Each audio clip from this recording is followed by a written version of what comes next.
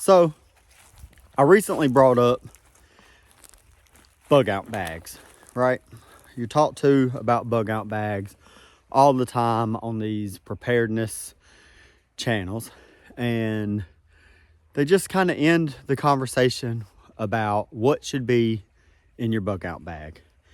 And there's not really any discussion of where your bug out bag is supposed to get you. Where do you go when you bug out?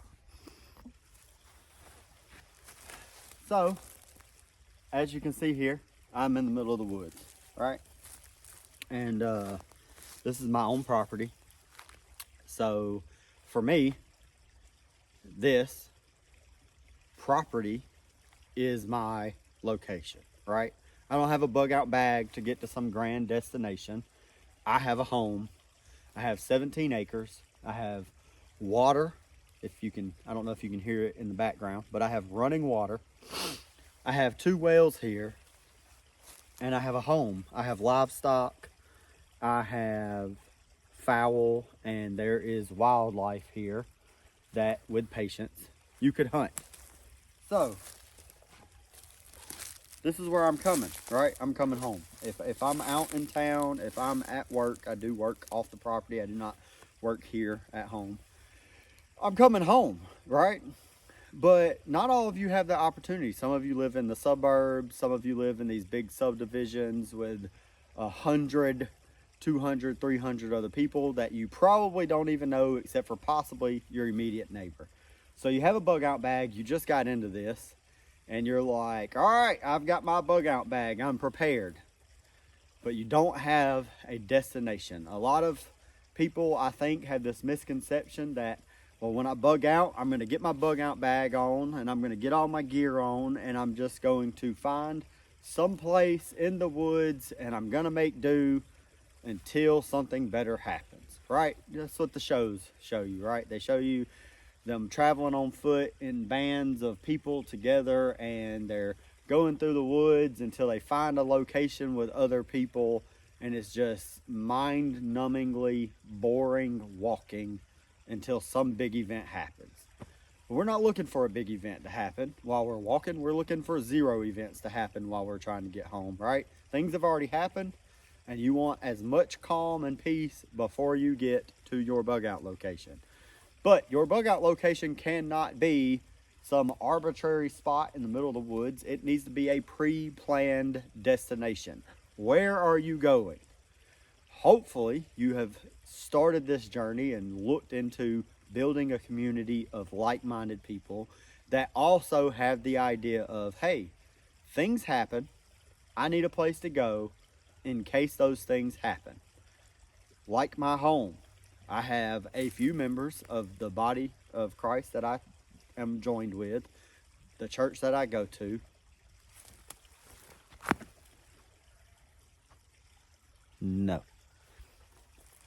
So the church I go to, I have a few people that are close to me and are like-minded, right? And they know if things hit the fan, we're going to Ben's house. We are going to the Millstone. That's where we're going. We're going to Ben's house. And they have assisted me in small portions here and there of preparedness, right? They have showed up. They've helped me cut trees. They've helped me stack up some firewood. They have helped me gather a few extra things. They also store a few things at my home, whether that be a few sets of clothing, a few boxes of extra ammunition, etc., right? So community is where you're going to be at when it comes to bugging out. You will not thrive as an individual or a very small family unit bugging out alone. You need a destination to go to.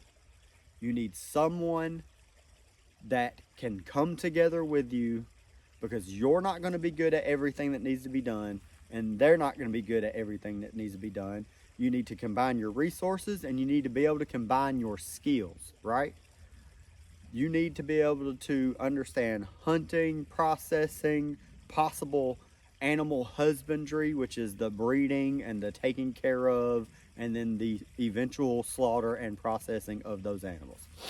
If you don't have those fundamental skills and you're just one person by yourself and you arbitrarily walk into the woods and say, this is where I'm going to bug out to, you're going to die. So, go back to, I own 17 acres. Right now, I am 10 feet away from my creek.